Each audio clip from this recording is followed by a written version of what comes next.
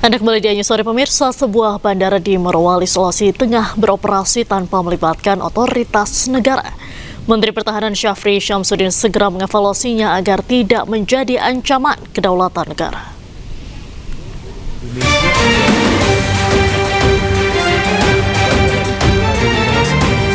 Satuan Tugas Penertiban Kawasan Hutan Satgas PKH menemukan bandara yang beroperasi di kawasan PT IMIP, Kabupaten Morowali, Sulawesi Tengah. PKH dalam Instagramnya mengungkapkan bandara ini beroperasi tanpa ada otoritas negara seperti bea cukai hingga imigrasi. Seluruh kru yang berada di bandara PT IMIP bukan merupakan otoritas negara. Meski bandara ini dibangun dari dana sendiri, Satgas PKH menekankan negara memiliki aturan yang harus ditaati. Karena dikhawatirkan akan bebas keluar masuk negara tanpa adanya pengawasan ketat.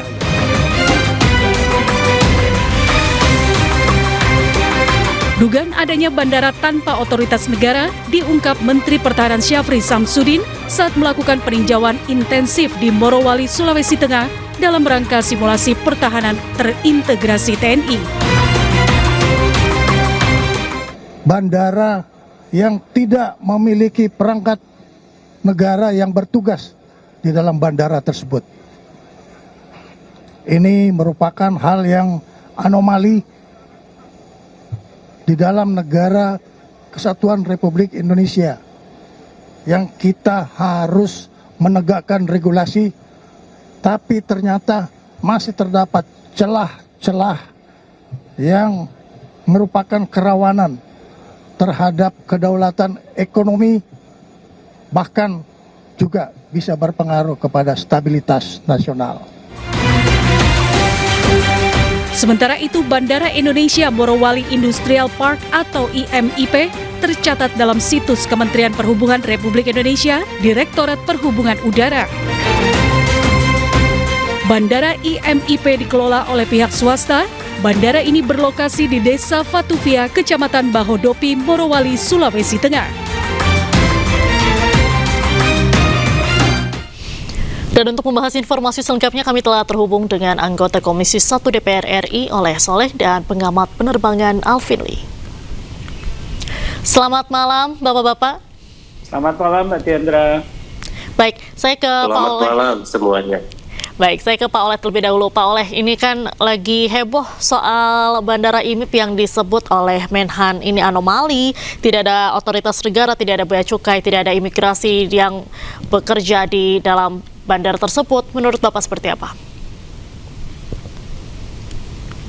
Ya, tentu ini menjadi sebuah kekagetan lah bagi kita. Saya rasa seluruh rakyat Indonesia dan bahkan mungkin dunia juga merasa kaget ya.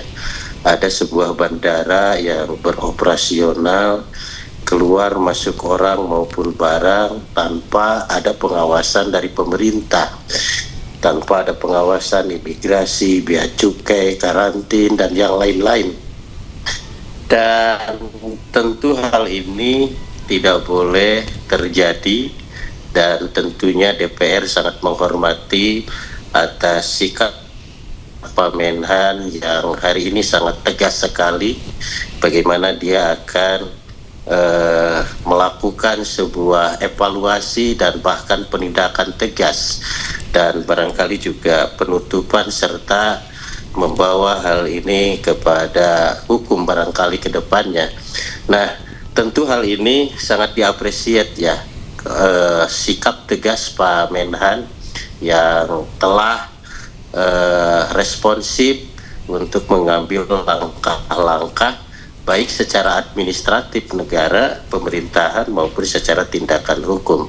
Dan tentunya saya yakin dan percaya DPR akan mendukung atas langkah-langkah Pak Menhan. Agar apa?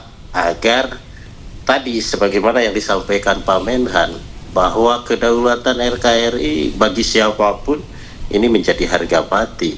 Tidak boleh ada celah-celah pengganggu baik kedaulatan energi, sumber daya alam, bahkan pertahanan. Oleh sebab itu sekali lagi rasa-rasanya ini menjadi sebuah alarm ternyata di wilayah NKRI masih ada pihak-pihak yang ingin mengganggu, yang ingin mengambil daripada sumber daya yang tidak baik, tidak sesuai dengan aturan yang ada. Baik, Pak Alvin, kalau kita melihat di Dirjen Perhubungan sendiri, Bandara Khusus IMIP ini secara resmi terdaftar Pak di Kemenhub. Seperti apa ini jadinya Pak? Baik, saya sudah cek juga bahwa Bandara IMIP ini adalah bandara resmi terdaftar di Kemenhub, sudah mendapatkan sertifikasi dan sudah mendapatkan izin. Jadi ini bukan bandara ilegal, ini adalah bandara yang legal memenuhi persyaratan dan statusnya adalah bandara khusus, bukan bandara umum. Bandara khusus ini adalah bandara yang hanya melayani penerbangan yang dioperasikan oleh pemilik bandara atau penerbangan tidak berjadwal dari operator lain yang mempunyai perjanjian dengan pemilik atau pengelola bandara.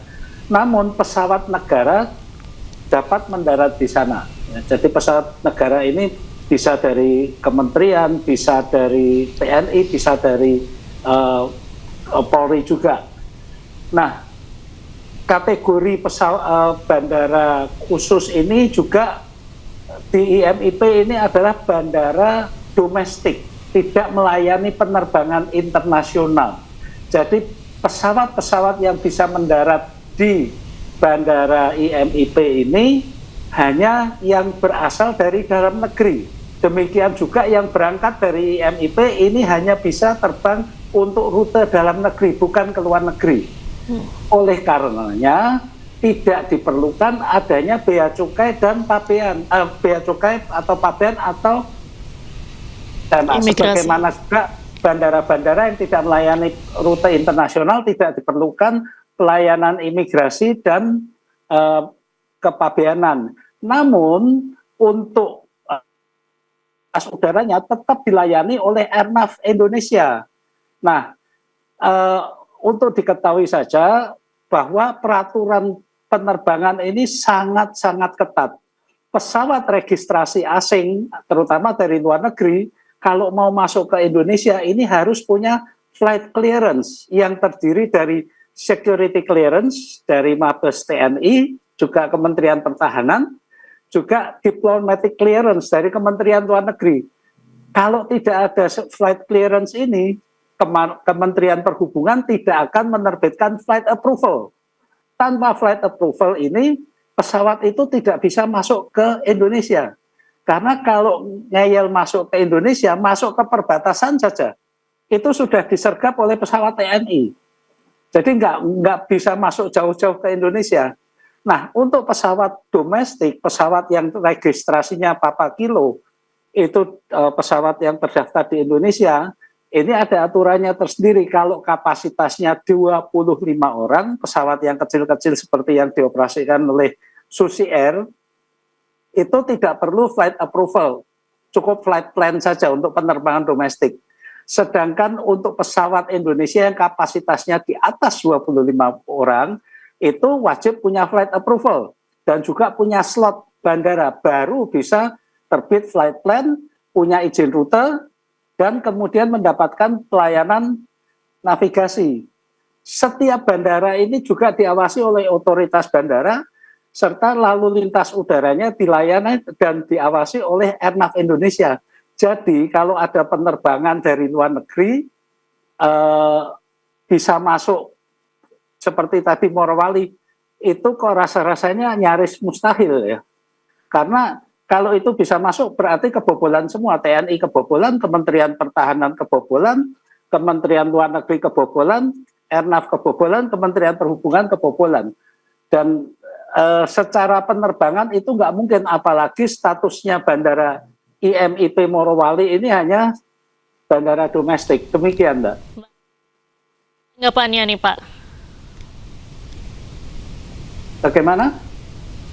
Bagaimana tanggapannya Pak Oleh? Saya memang tidak melihat dari sisi operasional di bandara itu, lebih-lebih soal dari sisi perhubungan, karena memang komisinya lain. Tetapi paling tidak bagaimana juga cara memastikan keluar orang dan keluar barang. Walaupun misalkan di tingkat domestik barangkali, nah ini laporan orang, laporan barang, saya juga gak paham. Ini laporannya kemana? Nah oleh sebab itu saya rasa kita melihat bahwa hari ini kan kita baru tahu adanya bandara di Morowali. Nah yang menjadi heran adalah kenapa ini tidak dipublikasi?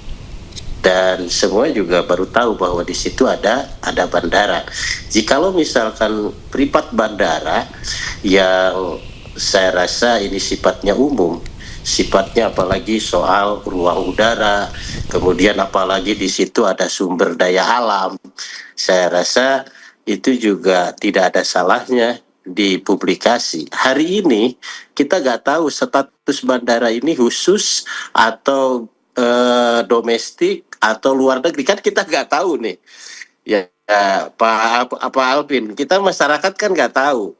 Nah mungkin ada miskomunikasi atau kurang publikasi, tetapi apa yang disampaikan oleh Pak Menhan rasa-rasanya ini juga akan menjadi sebuah sebuah evaluasi barangkali bagaimana agar ada ketertiban barangkali, terutama dari sisi pertahanan dan terutama dari sisi kedaulatan.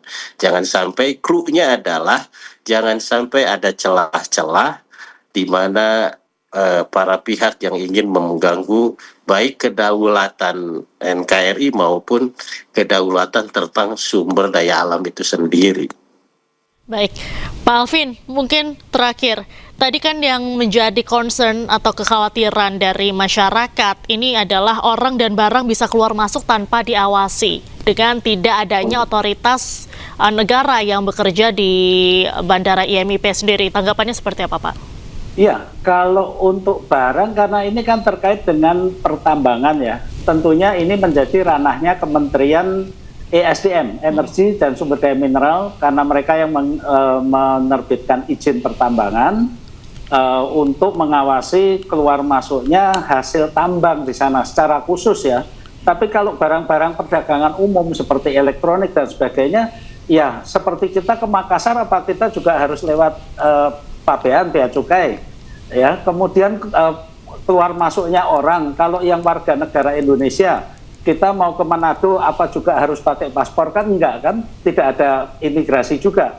Nah untuk pekerja-pekerja asing di sana tentunya ada imigrasi yang menerbitkan izin tinggal dan izin kerja di sana. Tapi kalau mereka sudah punya izin tinggal dan izin kerja, mereka ini kan boleh bergerak di mana saja di Indonesia kan. Jadi untuk keluar masuk Morowali sendiri sebetulnya bukan masalah. Dan di Morowali itu ada 2 bandara.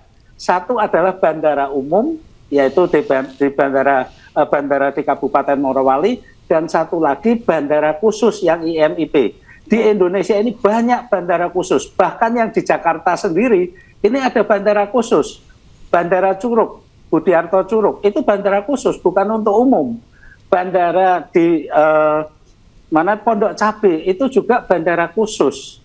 Banyak bandara khusus yang memang bahkan di Cibubur itu juga ada bandara khusus. Jadi bandara khusus ini memang izinnya untuk melayani kepentingan tertentu saja, bukan untuk umum. Baik. Gitu Mbak.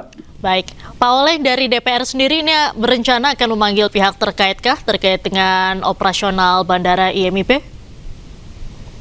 Saya rasa kalau soal bandara bukan di ranah kita ya. Karena itu menyangkut perhubungan. Karena perhubungan kan di komisi lain.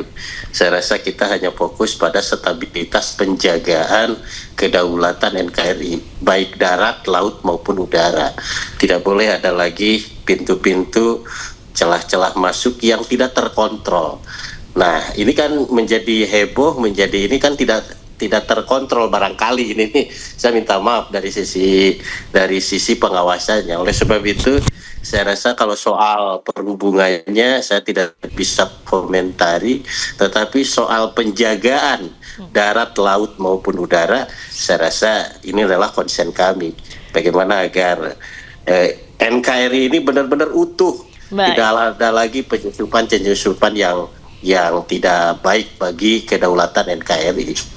Baik, terima kasih Pak Oleh, Pak Alvin sudah bergabung dengan Ayu sore hari ini. Salam sehat selalu Bapak-Bapak. Pemirsa, Presiden Prabowo Subianto memberikan rehabilitasi kepada ex-dirut ASDP Ira Puspadewi. Informasi selengkapnya kami hadirkan usai jeda, tetaplah di Ayu Sore.